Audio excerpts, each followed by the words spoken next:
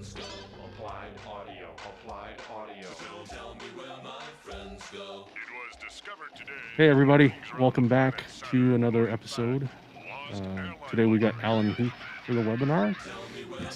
Don't forget to check out our YouTube page for all the past videos, webinars, green rooms. You can find all the information there. And then we've got some other new webinars coming up, so check out the website and Facebook for updates. But today we have Dave Dusman from Richard Dean Associates and Kevin Madden from Allen Heath USA joining us. And they're going to go through the Z consoles, SQ consoles, and touch on Avantis. So their new shiny console for the pro market. So it's a mouthful. Yeah, exactly. So without further ado, let's welcome in Kevin and Dave.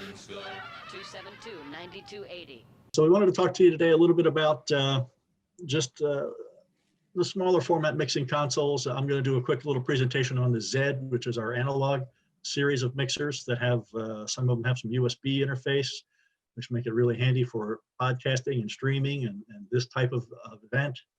And then Kevin's going to take over and go into the digital world and talk about the SQ consoles and touch a little bit on the new Avantis, which is our new shiny toy in the lineup. And then we'll leave some room for questions. So anything comes up, ask away. So the little Z series, we've got a whole series of small format analog mixing consoles. And these things are built really ruggedly. We've got, to look at the ZI-10, which gives you a 4x4 USB interface, which is handy for some multi-track applications for recording and playback. The ZI-8 gives you a 2x2 interface. And then some interesting things, these guys, they also have DI channels to allow you to plug your guitar or your bass or something straight in. And rather than just be a standard 1/4-inch input, these are actually high impedance inputs designed for a musical instrument. So you're not going to get all of the bass roll off and all the other issues you get if you plug your guitar into an input that's actually meant for a standard line level input. We also have the FX models, which give you a whole suite of really great sounding reverbs and delays and compressions, a lot of really great stuff just built right into the device. And these things are built like tanks. They say they're road tough. With the ZIs, with these little digital or little analog mixers, each of the channel strips are made as strips. And so you've got the rotary pots and all of the controls are nutted from the top right into the aluminum surface. So they're not on a large flexible board, so they're very sturdy. Kevin was just bragging about how he can actually stand on these things. And they will come out working just fine. They sound fantastic, really great preamps in them. And of course, with that British EQ, you can't go wrong. The Z6, little handy guy here. You got 2 mic inputs and 4 line inputs, 2 stereo inputs, 2 line inputs, and then the DI inputs, XLR outs, phantom power, and then the 6FX takes that same format and adds in the FX to it. So these little guys are really great just for a little desktop mixer. You want to have a microphone or 2 plugged in that you want to get in and sound a little more professional on these types of calls. You can plug in your Shure SM7B into the system. And then also if you want to use them for recording or for some little production, it's a great little piece. ZI-8 adds a couple more channels to it. Still has the master fader, still has a phantom power. Then we go into the ZI-10. This picks up 4 XLR mic inputs now, and 2 stereo inputs, 2 DI inputs. Again, you've got XLR master outputs, a really nice flexible monitoring path with this. You pick up a couple of aux channels with it, so you can do a little bit of a monitor mix, a bit of side chain mix, and with the ZI-10 FX, takes all of that, builds in effects, builds in those reverbs and the delays and the chorus and all those fun programs that we were talking about. We have a mini series, and I'm running through this quickly just because this is all stuff. If you want to dig in a little version, you can find any of this stuff on the web. but we have the Z10 and the Z10 FX and a Mini, and this is a really small format. Some of the bigger differences, you don't have the slider fader. You've got just a rotary master fader on these guys. You get to the 60 FX series.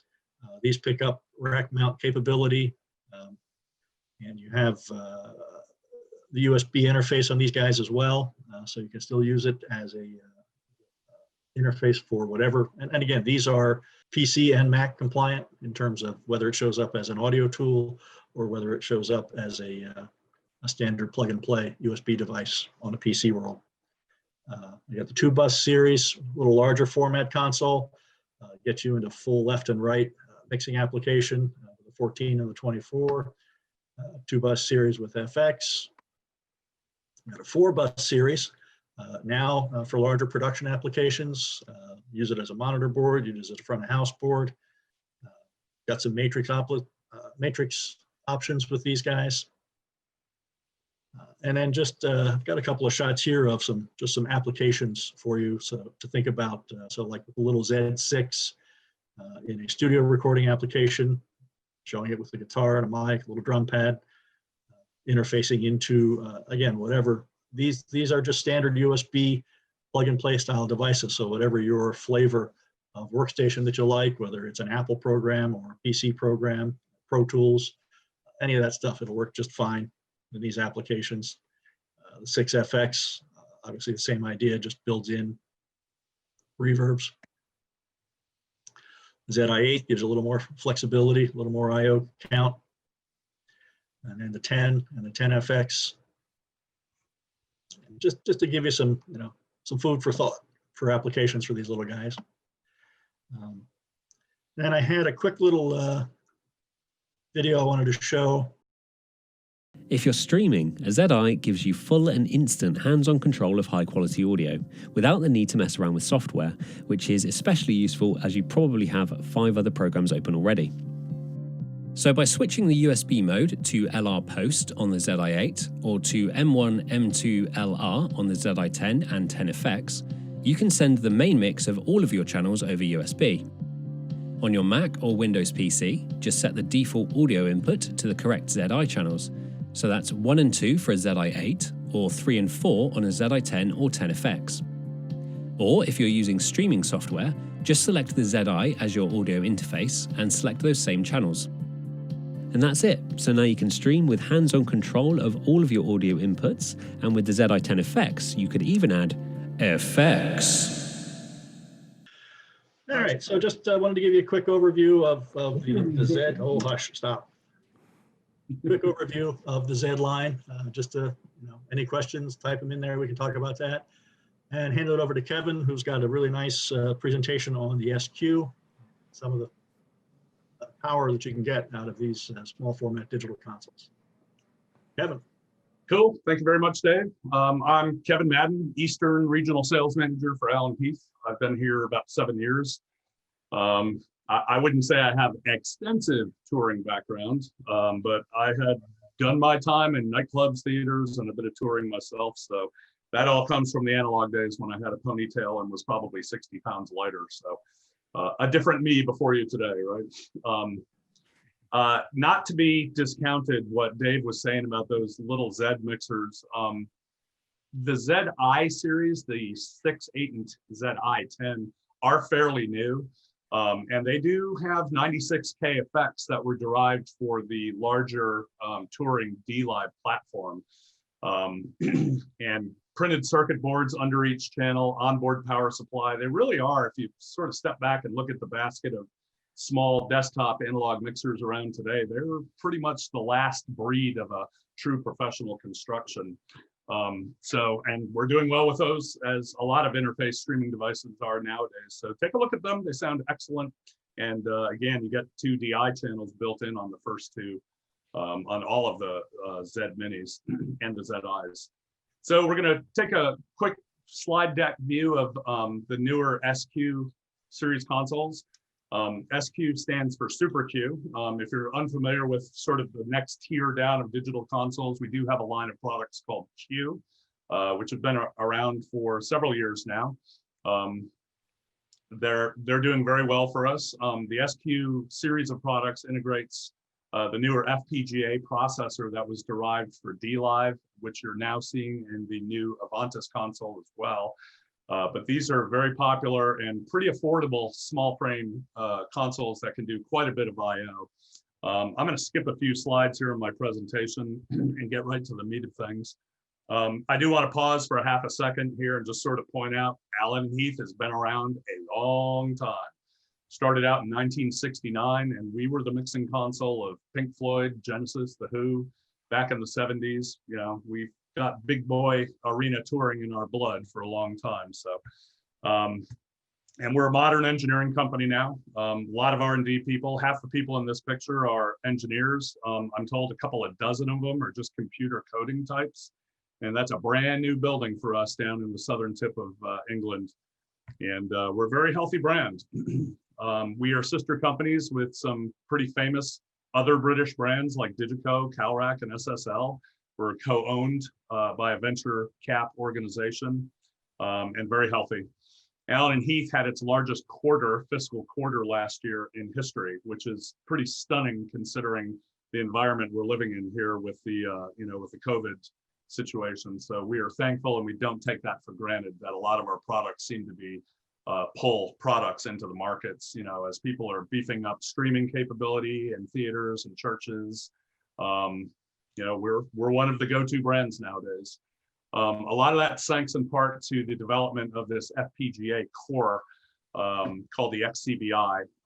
It runs fast at 0.68 milliseconds. It's a 96K processor, and there's nothing you can do under the hood of these consoles that will allow any channel to drift out of phase from one another. The phase delay compensation spec of 0.7 milliseconds is fixed. So I can take any input to any output, turn on or off any processing. Basically, all the processing under the hood of our consoles are happening all the time, no matter what, whether you use them or not. So there's nothing you can do to drive them out of phase. And it's not terribly known below the high pro user group of digital consoles, but most consoles have issues with stuff being delayed by, you know, samples or milliseconds as they go out the back door. So rest assured, all of our stuff is phase locked. All SQ frames, unlike the Q series of products where your Q16 is a 16 channel board and the Q32 is a 32 channel board, all frame sizes of SQ mix 48 by 20 stereo bus. So your stereo buses consist of your mains. We do have stereo or mono matrices. The first 4 effect engines are hardwired to dedicated buses for sends to them. There are 8 stereo effect engines, but the first 4 have buses hardwired to them. And then the remaining 12 are your choice of either AUGs or groups. So you can turn them into 6 mono AUGs and 6 stereo groups, or 7 and 5, 11 and 1. You kind of have a little bit of liquidity in how you can choose how your output buses are deployed. This makes a fantastic console for in-ears. You know, when in-ear systems started becoming affordable in the late 90s and early 2000s, they were largely put on analog desks. And those consoles for the mid or small operator, they didn't have more than 6 or 4 AUG sends. So people were getting mono, and that's an unnatural state of listening. You know, and thankfully the digital revolution just gave us so much more I/O capacity for descending and lower price points. The neat thing about the SQ is you could do up to 12 sets of stereo ears, 96K audio, and absolutely no delay in hearing what's going in the console by the time it goes to your earbuds. So these make really smoking desks for people on ears. And good Lord, it is just a travesty, hear me, if you are giving mono to anybody's ears, that is torture. So get you an SQ so you have lots of bus capacity to do better. Little side note, we have a few ways of recording directly built onto the SQ. There is a USB-B port on the back of the console that would allow you to do 32 channels. We have a recent firmware update that gives you the option of going between 48 and 96K. But up top, there's also the USB port that you would use to import or export show files. You can also use as a 16 or 32 track media recorder. It'll broadcast in .wav files. And you do need to pay attention to the quality of the USB flash media used, but if you pick a good stick, test it before its critical application. You can do really handy onboard recording and then just take these files and drag them into your DAW at home if you want. But again, more critical use, I would recommend, if you have a DAW that you already use, there are freewares out there like Reaper. Tracks Live is still available off the Waves website, although it doesn't support Mac iOS above Sierra. The Catalina is not supported. But if you have an older Mac IO or Windows up to 10, Tracks Live is a great freeware. It's just a gigantic tape recorder. So USB B port straight into any DAW. And that's basically foolproof, fail-proof.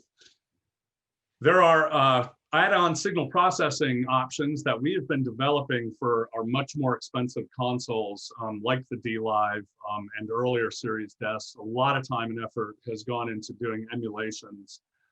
So you can pick and choose a la carte or get a bundle of plugins or emulations like 2 mic pre's if you want for the SQ. It's something that you go straight to the Allen Heath website and you buy a code that unlocks it out of your console. It's not like an iLock or a dongle that you bring with you to a console and take your effects with you. They're actually all built in.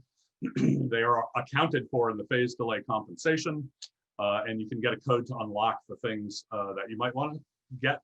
There are some things that we give you for free just by registering the desk, such as this 1-2 stage mic pre. Other things are emulations of more famous compressors. The EQ models down there at the bottom right are also for free if you register the console. This guy back here is a very famous high-end professional graphic EQ emulated. I won't say the brand, but the numbers associated with its model number are the 360. They were the best of the best graphics, and they are in all of our consoles from Q up. So the graphics are free if you register the desk. Hey Kevin, real quick, can I ask a question about the effects there? Absolutely. So if you said it unlocks per console, so if people are touring around in a couple different venues, it doesn't travel with their show file then, or anything like that?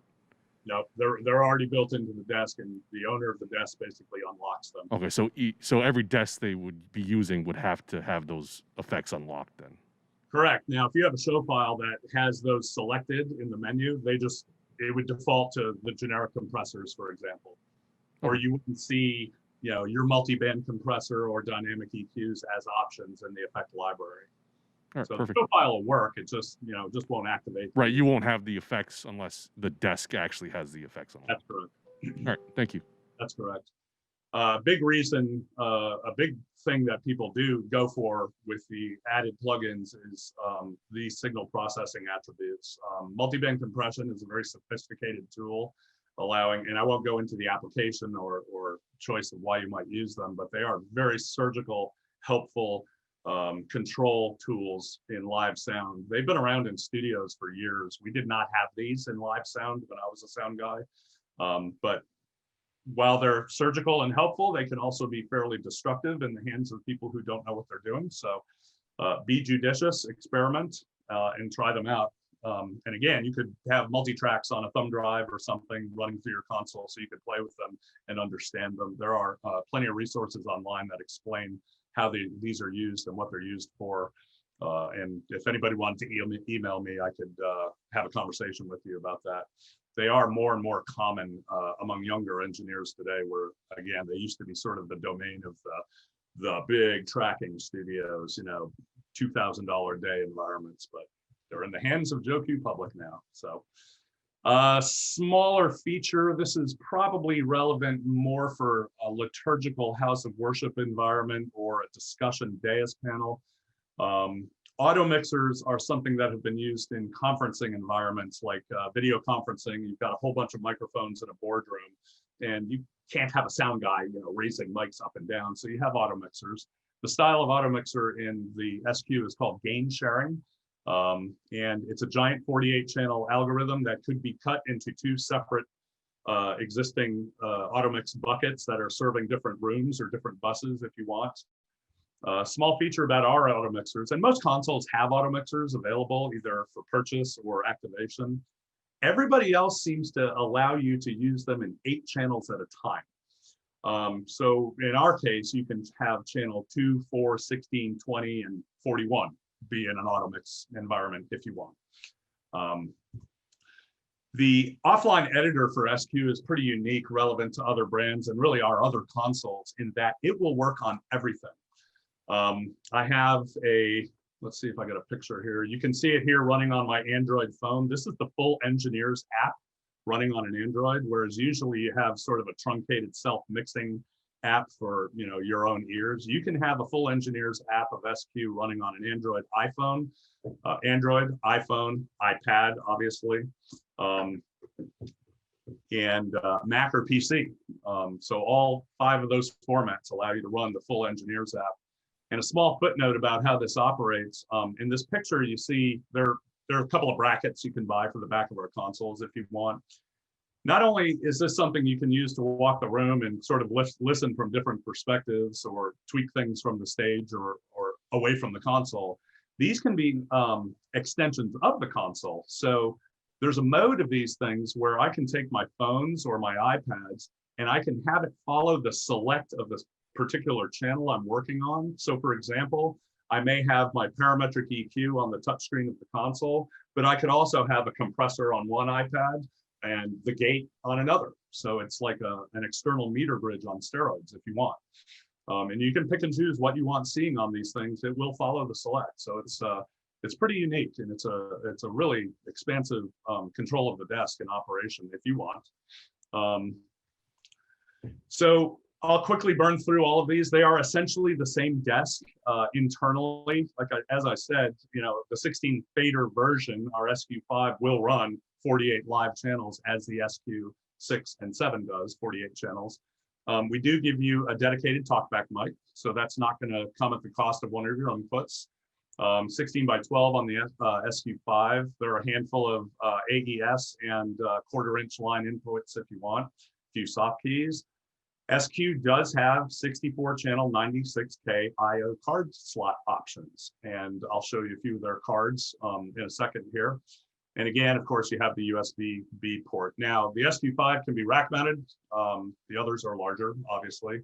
Small feature here as well, I like to mention, there's a 1/4-inch jack in the back of the console that's labeled foot switch.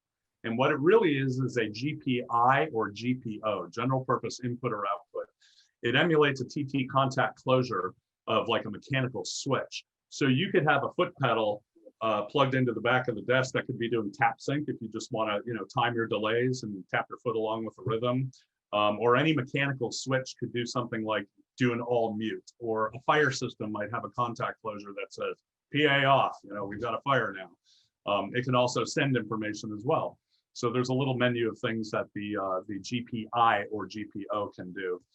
SQ6 picks up 4 programmable encoders over here and doubles the amount of soft keys. Otherwise, they're the same console. And then the SQ7, obviously 32 faders, same amount of soft keys as the 6. They're sort of scattered about, but now you have 8 programmable encoders with scribble strips. And these could be used for anything from setting compressor thresholds, or you want to have individual control of your mains, your balcony feeds, and your stage feeds. Again, there's a big list of things that those encoders can be. If you look along the side here, and we'll go to the camera in a second, these are all your mix buses. So these are 4 stereo effect sends that are hardwired to the first of the 8 effect engines. And these are all your AUGs or group masters. And the SQ5 and 7 are probably the most popular among the 3. So here are 3 of the 4 cards now available. The S-Link port is something to pause and talk about here. And we also have an S-Link card. So what S-Link is, it's a protocol conversion port. Basically what happens is let me move my picture.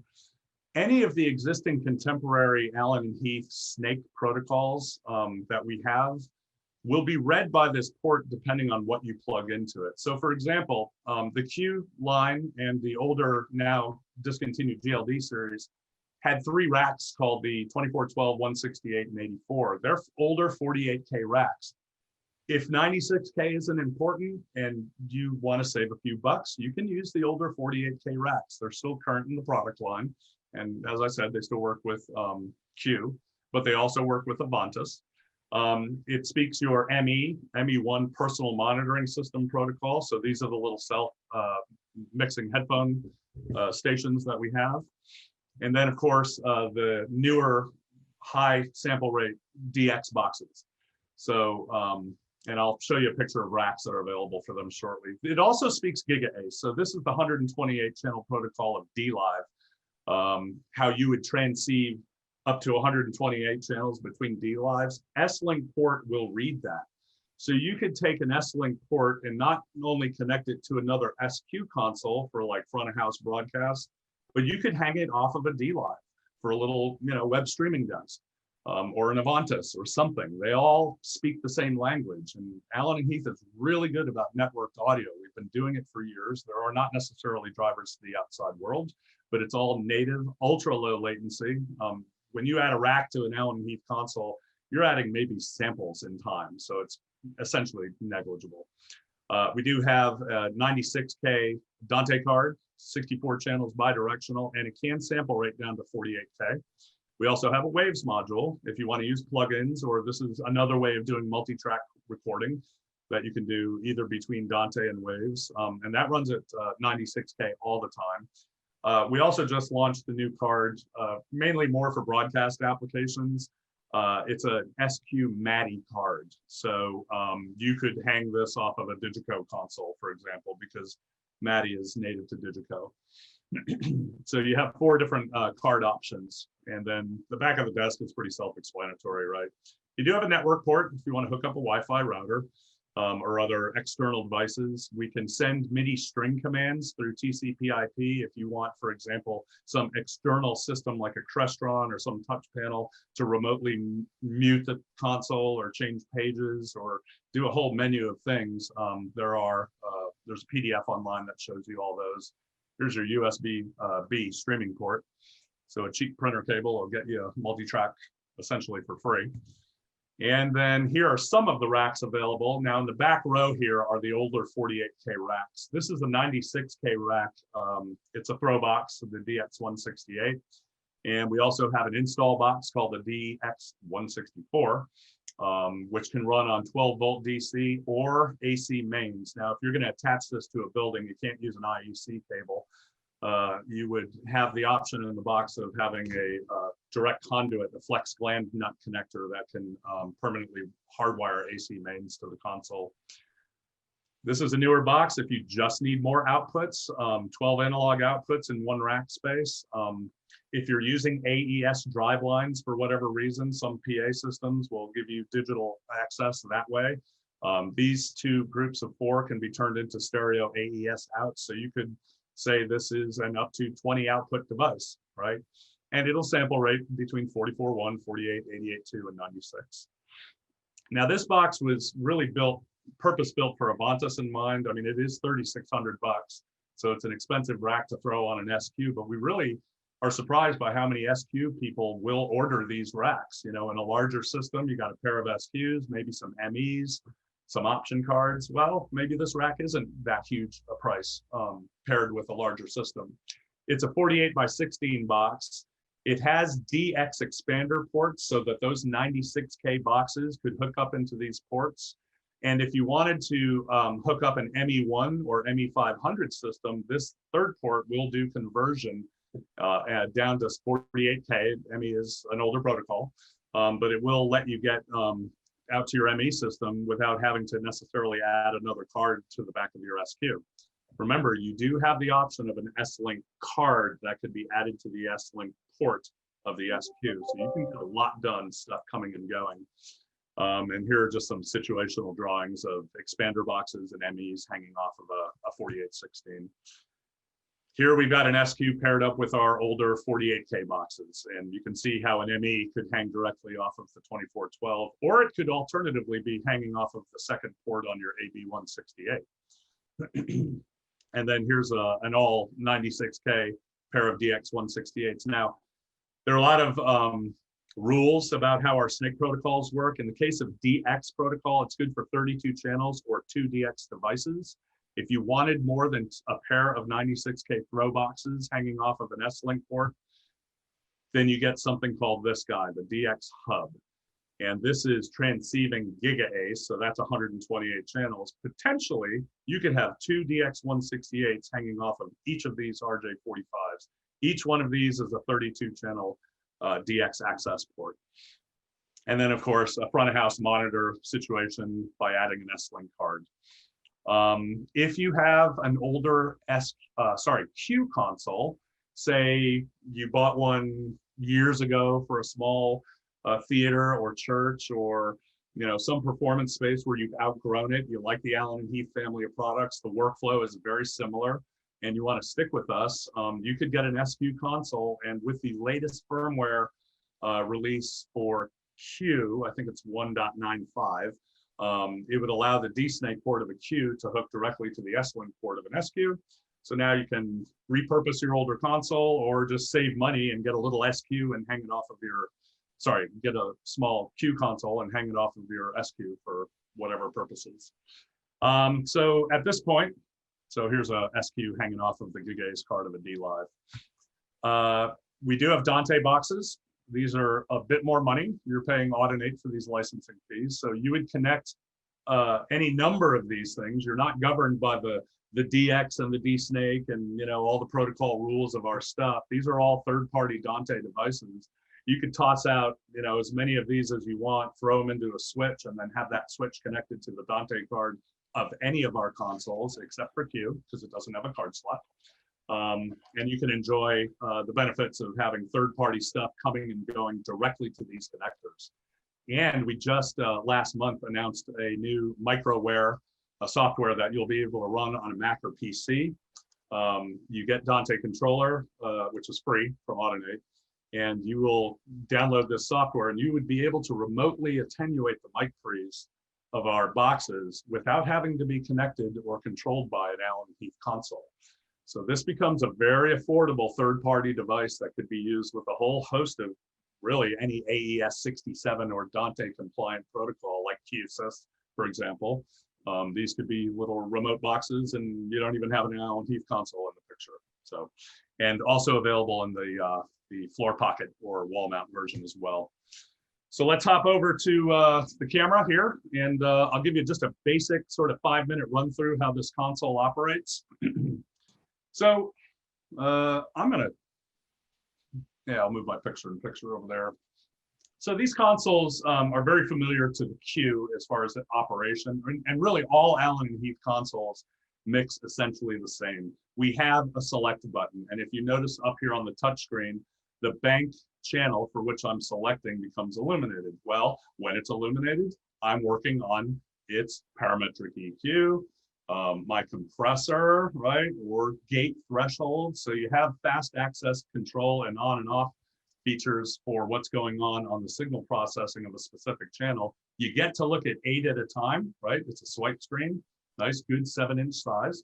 And if I want to drill into the granular, basically the real view of a signal processing attribute, just tap on the little icon and it'll explode up. So, you can do this a couple of ways. You can use the touch screen to, use the touch screen. You can, in the case of, there we go, I can tap and turn with this universal encoder, or over here I can choose a frequency and then control the parametric that way. So there are 3 ways to control the parametric. And remember, you can even have an iPad up here that's also controlling the parametric while you might be looking at something else on the touch screen. Outer bands can be shelves, otherwise pretty self-explanatory.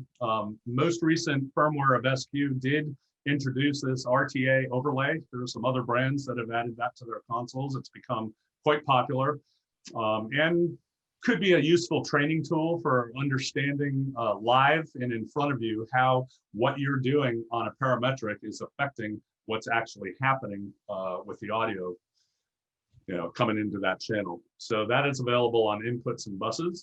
We'll take a look at the gate, sort of self-explanatory, right? Tap and turn. I can change the threshold here. What's neat is you get a little histogram that shows you the gate opening and closing. I like to sort of make this demonstration of drummers, as some of us sound people know, don't like having gates put on their poorly tuned or unchanged headed toms, right? So in live sound, we're very often clipping a rack tom with a drum, and drummers hate it, right? So, man, you're messing with my tone, man. You know, so if you get really good at understanding this histogram, and it is showing you more than just the activation of a gate, it shows you how fast it opens, how far it opens, how long it stays open, and how fast it shuts.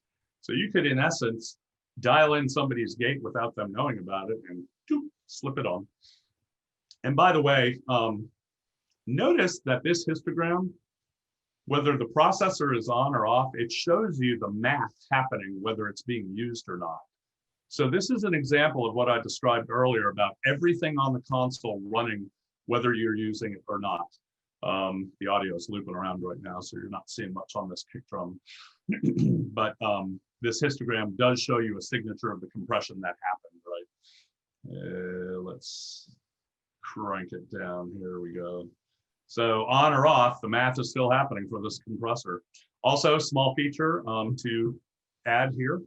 We have parallel path compression built in on every compressor, which is on every input and every output. All signal processing is on all things all the time.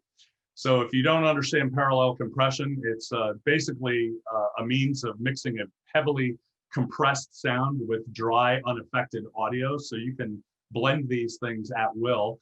It's actually a cool studio trick that a lot of live people do now. To get control of the transients of something, you know, you kind of squash a kick drum into a thump while still having an open ambience. So that's actually big news that parallel path is built in, because digital operators will create what they'll call a crush group by taking a kick drum, for example, through a bus, smashing it, and having the kick drum go direct to mains and through the group to mains and blending them that way. And this way they're built in on each channel.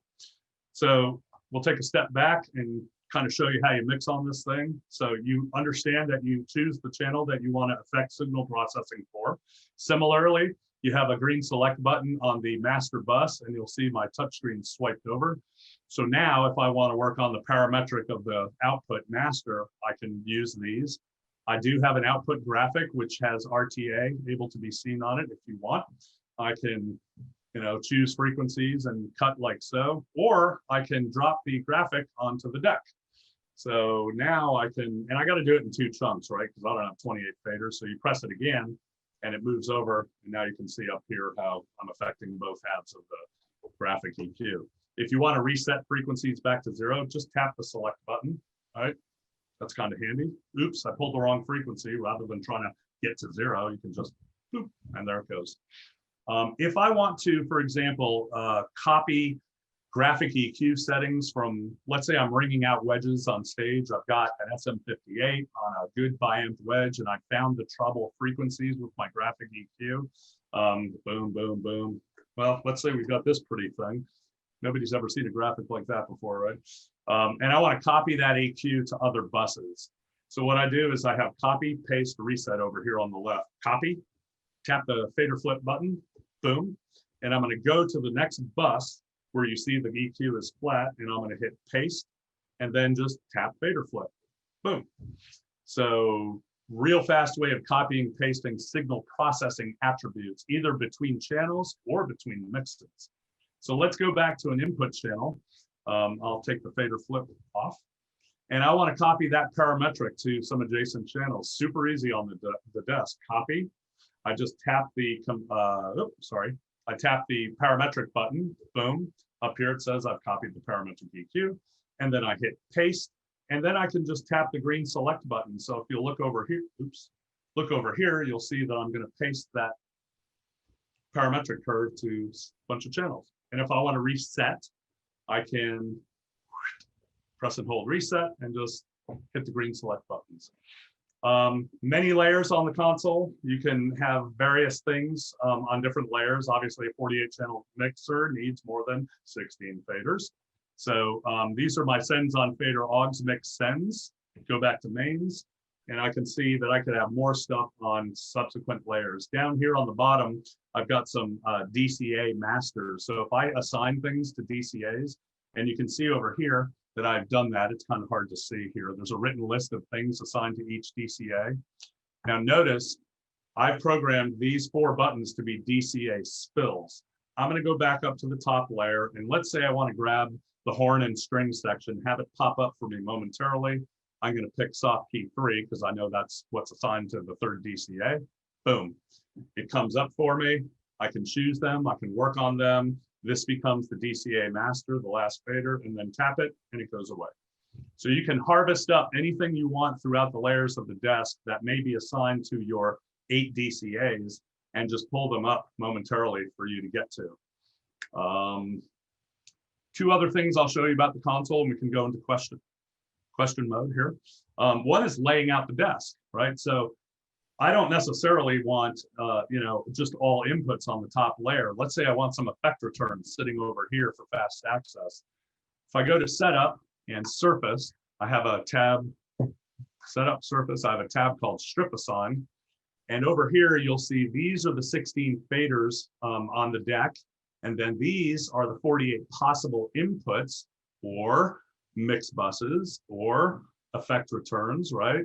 Or DCAs. I can drag all these things onto the console, and I'll do that telescoped away. So notice I can just swipe these things off the desk, and let's say for some reason I want DCA 1 right here. Well, there it just appeared. Well, that's probably goofy, right? So I'll put the input back and kick and overhead left and bass, but all the way on the end of the console, I want to have 4 DCAs here, or effect returns, or something. Just go to the resource up here, and I'll take DCA 1 and park it here, 2, 3, 4, and now I've got 4 DCAs here. And if I go back to the processing button and I select a DCA, again, you see the written list of the things that's assigned to them. Last thing I'll touch on here is the I/O screen.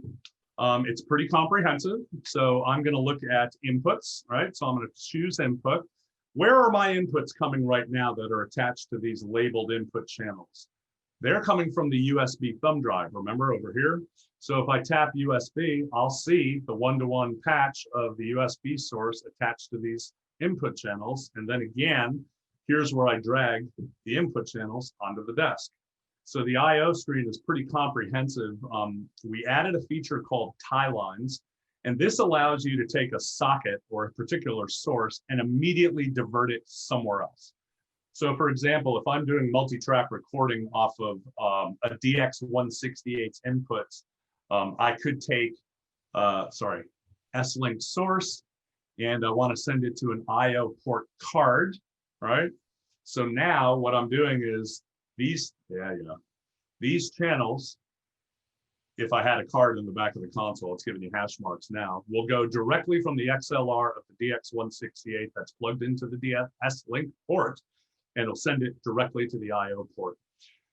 That's one way to get console audio in and out of the desk. The other way would be a more traditional input direct I/O. So an input direct I/O audio will go, let me go back to processing. Audio will go into an input channel's processing and then turn around and go to a port or maybe some output XLRs for whatever reason. The benefit of an input direct I/O is if somebody on stage decides that the kick drum is no longer an XLR1, but it's going to XLR4, I could come over here to the kick drum, go to the input section, and change the source from 1 to 4 or 5 or whatever. And that input direct I/O will follow the input channel processing block, whereas a tie line will still be grabbing the first XLR and sending it straight to somewhere else. So input direct I/O follows stuff that's going into an input channel. I don't necessarily have to have stuff being patched to an input channel to tie line one source to another. I could have stuff going through the desk that never hits the input channel mixing stage of the desk. It's a patch grid that's essentially underneath. The tie line is another patch grid underneath the regular inputs and outputs. So that kind of wraps up a quick view of SQ. How we doing on time, guys? Any questions along the way here? We're coming for all the analog folks who are used to a VCA. We just give them, what's a DCA compared to a VCA? I mean, I understand there are like functionality. Yep. So quick story about that.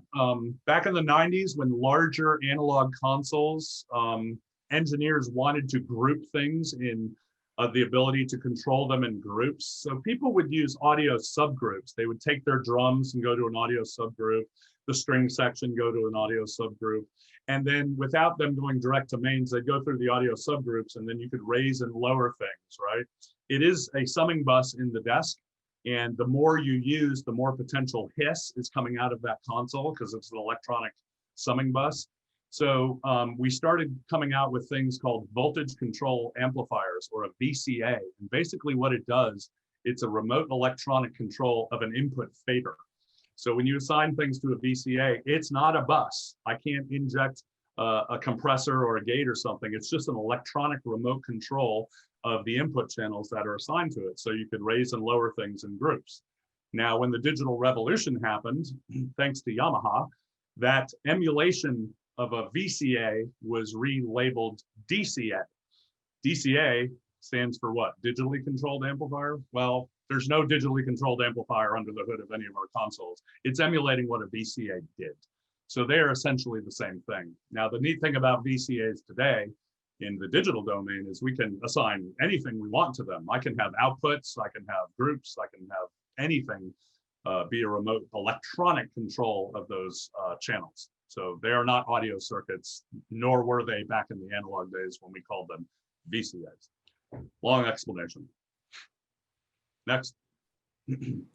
Perfect. And for anyone that joined late, the SQ5, 6, and 7, they all have the same features, right? It's just buttons and faders that are the only thing that are different. Yeah, but the processing and they're all everything the same. is all the same. They're just different frame size. They all mix 48 by 20 stereo bus.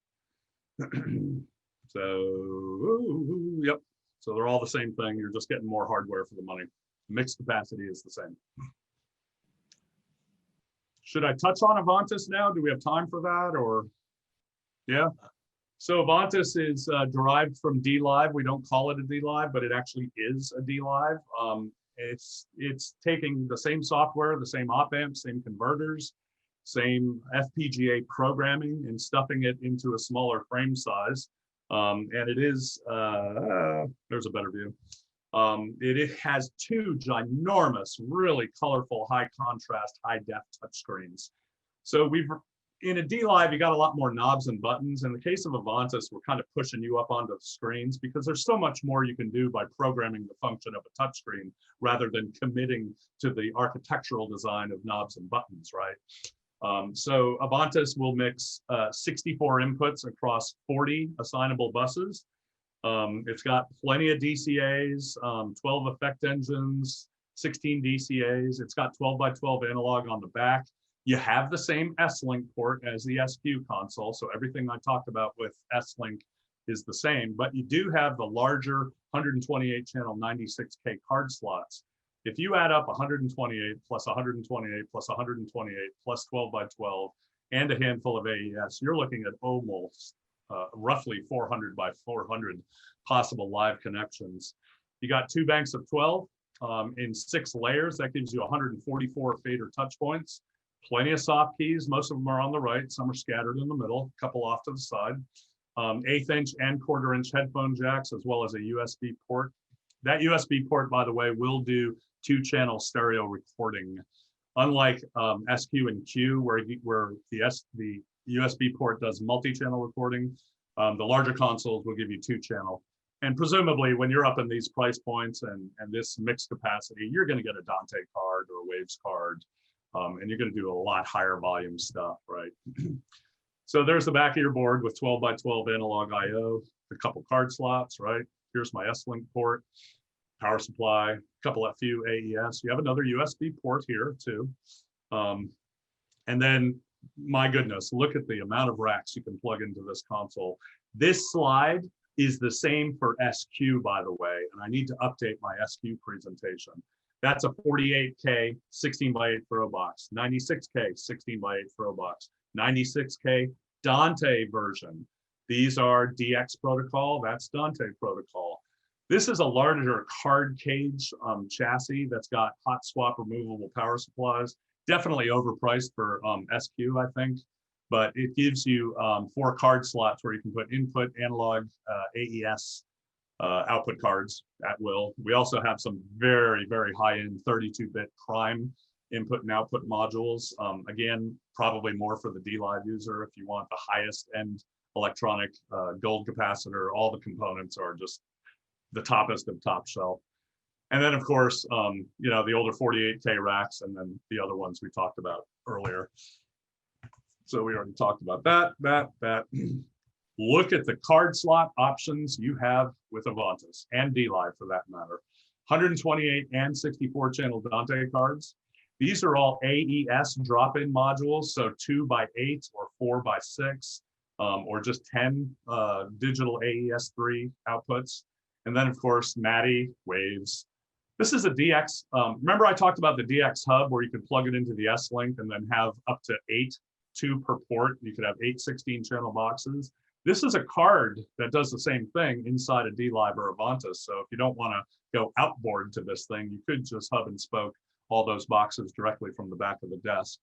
And then of course, over here on the lower left is our Giga Ace transmission cards. This is for splitting, again, a pair of D-Lives or a D-Live to Avantis, a D-Live to SQ. This is your high channel count gateway to all of our consoles. These will not work with Q consoles though. The only thing that will speak to a Q console is the S-Link port of an Avantis or an SQ. All the same iPad apps. We have these little remote tactile programmable controllers for Avantis. This could be a wall mount in a green room or a lobby where you can choose up to 20 different sources of audio. It could also fire up to 20 scene presets. These could be used as monitor stations, or if you've got a big system that only has elementary control one night of the week, you know, you could give somebody one of these, toss it up at the front of the room, and they can have, you know, lectern mic, a couple of wireless mic, maybe some 2-channel PowerPoint audio or something. These are all programmable, and it can be up to 6 layers of 8 faders. That's a 48-channel console right there, and they're around $1,200. Similarly here, this is 6 layers times 6 encoders. These have the benefit of push and pan. So these could be in-ear wireless monitor ears controllers if you want. And then of course, the same plugins that we mentioned for SQ are purchased as a single bundle for Avantis. And you don't go to Allen Heath's website for this, your dealer, in other words, Applied Audio would sell you an Avantis with all of this on board, or you could buy it later. It's about $1,400 upcharge. And this gives you upgrades for life. So when we come out with more compressor models or tube mic pre's or other cool whiz-bang signal processing, once you buy the D-Pack, you'll be able to get those updates for life. And of course, there's classic emulations. This is an 1176. Y'all remember the DBX 160s, right? And of course, there's your multiband and dynamic EQ. The same for EQ models. And in this slide, I would point out or draw your attention to this curve right here as compared to the same spot on every other graphic. They all have a different characteristic. This here is why that 360 was the best graphic back in the day. So if I was still mixing and doing monitors, I'd probably, you know, go into the library and slap that on all my buses. And then of course you got tube emulation mic pre's, which we will have more coming. Same auto mixer concept, except we also add the different type of gate-based auto mixing, kind of like your old Shure SCM810. It's different than gain sharing. Don't have time to talk about it now, but there are applications for either. So you can see how Avantis kind of snugs in right between SQ and D-Live, right? You're looking at a system that's, you know, with D-Pack and a 4816 box, you're under $14,000 for a pretty gnarly system that could scale up even bigger. So this package with 60 inputs by 28 physical I/O, $14,000. I don't think I've ever done an Avantis overview quite that fast, but there it is, the sort of mile-high view. And if anybody wanted to arrange a session through Applied, where you want me to do a deep dive on Avantis, kind of like what I did with how you drive and program an SQ, we are always available for that. We have our fancy multi-camera studios here, and here I am, right? So I hope this was worthwhile. It was a lot to take in, and I can breathe now. Yes, take a breath. Kevin, that's great. Time for coffee. Perfect.